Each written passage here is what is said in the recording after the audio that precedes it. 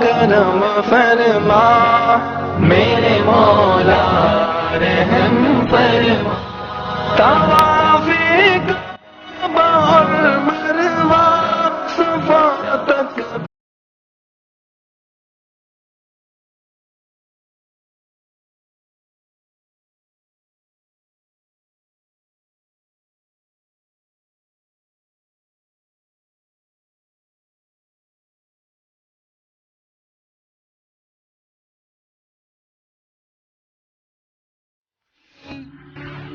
اللہ تبارک و تعالیٰ نے یہ فرمایا کہ قد افلح من تزکا، فلاح اس کو ملے گی یا فلاح اس نے پائی جس نے پاکیزگی اختیار کی، یعنی دنیا اور آخرت دونوں میں صلاح و فلاح کامیابی اسی شخص کو مل سکتی ہے کہ جو پاکیزگی اختیار کرے۔ اور پاکیزگی کاہے سے؟ کفر سے پاکیزگی، شرک سے پاکیزگی، بدعات سے پاکیزگی، گناہوں سے پاکیزگی، نافرمانیوں سے پاکیزگی، اللہ تبارک و تعالیٰ کا حکم نہ ماننے سے پاکیزگی۔ جو آدمی اس دنیا میں اللہ تعالیٰ کا حکم مان کر اپنے آپ کو پاک صاف کرے گا اسی کو فلاح نصیب ہوگی۔ تو تزکا کا لفظ یعنی پاکیزگی حاصل کرنے کا لفظ بڑا جامع اور بڑا شامل لفظ ہے، ہر قسم کی پاکیزگی۔ اور ایک تو ہوتی ہے جسم کی پاکی، اس کے لیے عام طور سے لفظ استعمال ہوتا ہے طہارت، جسم کی پاکیزگی کے لیے، جسم کو صاف ستھرا رکھنا، اس کے لیے لفظ استعمال ہوتا ہے نظافت، ستھرائی۔ اور دل کی پاکیزگی اور نفسانی خواہشات کی پاکیزگی، اس کے لیے لفظ آتا ہے تزکیہ۔ تو یہاں ذکر ہے نفس کی اور دل کی پاکیزگی کا، کیونکہ جب دل پاکیزہ ہوتا ہے تو انسان اللہ تعالیٰ کا ہر حکم ماننے کو تیار ہوتا ہے، اپنے آپ کو آمادہ کرتا ہے کہ اللہ تعالیٰ کا ہر حکم مانے۔ جب ہر حکم ماننے کے لیے تیار ہو جاتا ہے تو پھر جسم کی پاکیزگی بھی حاصل ہو جاتی ہے، کیونکہ اللہ کا حکم ہے کہ جسم کو پاک رکھو، اور اس سے صفائی ستھرائی بھی حاصل ہو جاتی ہے، اس واسطے کہ اللہ اور اللہ کے رسول صلی اللہ علیہ وسلم نے صاف ستھرا رہنے کی بھی تلقین فرمائی ہے۔ اور پھر جو نفسانی پاکیزگی ہے، یعنی کفر سے علیحدگی، بدعات سے علیحدگی، شرک سے علیحدگی اور گناہوں اور نافرمانیوں سے علیحدگی، یہ بھی اس میں داخل ہو جاتی ہے۔ یہ سب چیزوں کو شامل ہے لفظ تزکا۔ فلاح اسی کو ملے گی، اور دو لفظوں میں اگر کہیں تو فلاح اس کو ملے گی جو اللہ کا تابع دار ہو کر زندگی گزارے، بس یہی پاکیزگی ہے، اللہ کا تابع دار ہو کر زندگی گزارے۔ کام بھی دل میں، کام بھی وہ کرے جو اللہ کے مرضی کے مطابق ہو، اور دل میں ارادے بھی وہ پیدا کرے کہ جو اللہ کی مرضی کے مطابق ہو۔ ان خواہشات کو، دل کی ان خواہشات کو دبائے جو اللہ کی مرضی کے خلاف ہیں، اور ان خواہشات کو اوپر لائے اور ان پر عمل کرے جو اللہ تعالیٰ کی رضا کے مطابق ہو۔ یہ خلاصہ ہے تزکا کا۔ اب اس کو حاصل کیسے کیا جائے اس پاکیزگی کو؟ اس کے لیے اللہ تبارک و تعالیٰ نے دو طریقے بتائے ہیں مختصر، اور ایک رکاوٹ کا ذکر کیا ہے جو اس پاکیزگی کو حاصل کرنے میں جو چیز رکاوٹ بن جاتی ہے اس رکاوٹ کا ذکر فرمایا، اس رکاوٹ کو دور کرنے کی ضرورت ہے۔ دو طریقے تو یہ بیان فرمائے کہ وَذَكَرَ اسْمَ رَبِّهِ، پہلا طریقہ پاکیزگی حاصل کرنے کا، دل کی پاکیزگی حاصل کرنے کا ایک طریقہ یہ ہے، ایک راستہ یہ ہے کہ اپنے پروردگار کا ذکر کرے، اپنے پروردگار کی یاد دل میں بٹھائے، اللہ تبارک و تعالیٰ کے ذکر کی کثرت کرے۔ ذکر اسم ربہ، اپنے پروردگار کے نام کا ذکر کرے۔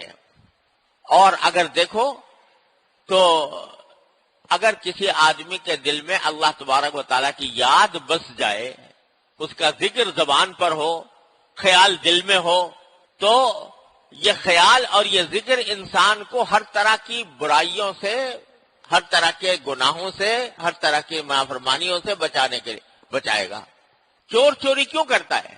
اس لیے کرتا ہے کہ اللہ کو بھول گیا۔ اللہ بچائے، بدکاری کرنے والا بدکاری کیوں کرتا ہے؟ اس لیے کرتا ہے کہ اللہ تعالیٰ کو بھول گیا۔ دھوکہ دینے والا کیوں دھوکہ دیتا ہے؟ اس واسطے کہ اس نے اللہ تبارک و تعالیٰ کو بلا رکھا ہے۔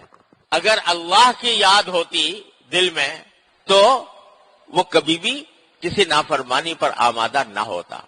حضرت عبداللہ بن عمر رضی اللہ تعالیٰ عنہ کا یہ واقعہ منقول ہے کہ وہ کہیں کسی چرواہے سے انہوں نے سفر کے دوران چرواہے سے کہا کہ تم مجھے بکری میں اس کا دودھ دے دو، میں مسافر ہوں. تو اس پر چرواہے نے کہا کہ بکری اگر میری ہوتی تو میں ضرور دے دیتا، لیکن یہ بکری میرے پاس امانت ہے، کسی نے مجھے چرانے کے لیے دی ہوئی ہے، میں اس کا مالک نہیں ہوں، اس کے دودھ کا مالک بھی نہیں ہوں، اس کی اجازت کے بغیر میں دے نہیں سکتا، معذرت خواہ ہوں.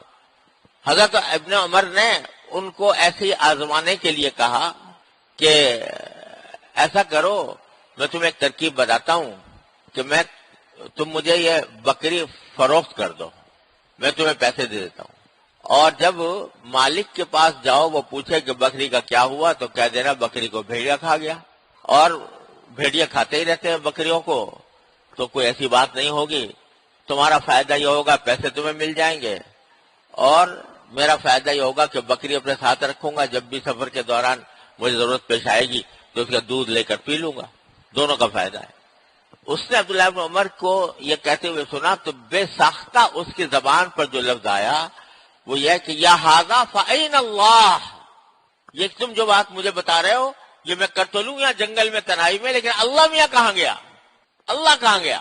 اس وقت حضرت عبداللہ بن عمر نے کہا جب تک تیرے جیسے انسان اس دنیا میں موجود ہے انشاءاللہ کوئی کسی کا حق نہیں مار سکتا. تو یہ حق جو مارتے ہیں لوگ دوسرے کا، وہ کیوں مارتے ہیں؟ اس لیے کہ خدا کی کے سامنے ہونے کا احساس دل سے ختم ہو گیا. تو ذکر اللہ تبارک و تعالیٰ کا ذکر وہ چیز ہے جو انسان کے دل میں اللہ تعالیٰ کی یاد بٹھاتی ہے، اللہ تعالیٰ کے سامنے پیش ہونے کا احساس تازہ کرتی ہے کہ ایک دن مجھے اللہ کے سامنے پیش ہونا ہے. جب یہ بات دل میں بیٹھ جاتی ہے تو پھر وہ انسان کو پاکیزہ بناتی ہے، اس کے اندر پاکیزگی پیدا کرتی ہے، وہ گناہوں سے اس کو بچاتی ہے، کسی کا حق مارنے سے بچاتی ہے، حرام آمدنی حاصل کرنے سے بچاتی ہے. تو ذکر اسم ربہ کہہ کر اللہ تبارک و تعالیٰ نے ایک طریقہ یہ بتایا پاکیزہ ہونے کا کہ اللہ کا ذکر کثرت سے کیا کرو، چلتے پھرتے اٹھتے بیٹھتے اللہ تبارک و تعالیٰ کا نام لو. آج دیکھو ہم اگر سوچیں تو ہر وقت دل و دماغ پر کچھ نہ کچھ خیالات مسلط رہتے ہیں. بعض ایسے ہیں کہ جن کی تو فوری ضرورت ہوتی ہے، بھئی کہیں جانا ہے تو دیکھنا ہے بھئی کون سی سواری میں بیٹھوں، کیا کروں، کوئی اپنے گھر والوں کے لیے کوئی سودا لانا ہے تو آدمی سوچتا ہے، ضرورت کی بات سوچتا ہے. لیکن اکثر اوقات وہ باتیں دماغ میں گھومتی رہتی ہیں جن کی فوری کوئی ضرورت نہیں. خیالات کا ایک طوفان ہے جو چل رہا ہے، مسلسل چل رہا ہے. وہ خیالات کا ایک طوفان سے کوئی کسی انسان کا دماغ خالی نہیں ہر وقت. اور اگر سوچو وہ جو خیالات آ رہے ہیں ان سے کچھ فائدہ پہنچ رہا ہے؟ اکثر و بیشتر وہ ہوں گے ایسے خیالات جن سے فائدہ کچھ نہیں، ویسے ہی دماغ کے اوپر چکی چل رہی ہے خیالات کی. اگر اس خیالات کی رو کا رخ اللہ تعالیٰ کی طرف موڑ دو، اللہ تعالیٰ نے مجھے یہ نعمت عطا فرمائی، اللہ تعالیٰ نے مجھے یہ مرحلہ کام کرا دیا، اللہ تبارک و تعالیٰ نے مجھے یہ فائدہ پہنچا دیا، اس خیالات کا رخ اللہ تبارک و تعالیٰ کی طرف موڑ دو. اور جو اگر کوئی حاجت پیش آتی ہے دل ہی دل میں اللہ تبارک و تعالیٰ سے مانگتے رہو، اللہ تبارک و تعالیٰ کی طرف دھیان رکھو. تو ایک اللہ تعالیٰ کی نعمتوں کا شکر اور ایک اپنی حاجتیں اللہ تبارک و تعالیٰ کے سامنے پیش کرنا، یہ دن رات کا مشغلہ بن جائے، پھر دیکھو کیا سے کیا ہوتا ہے.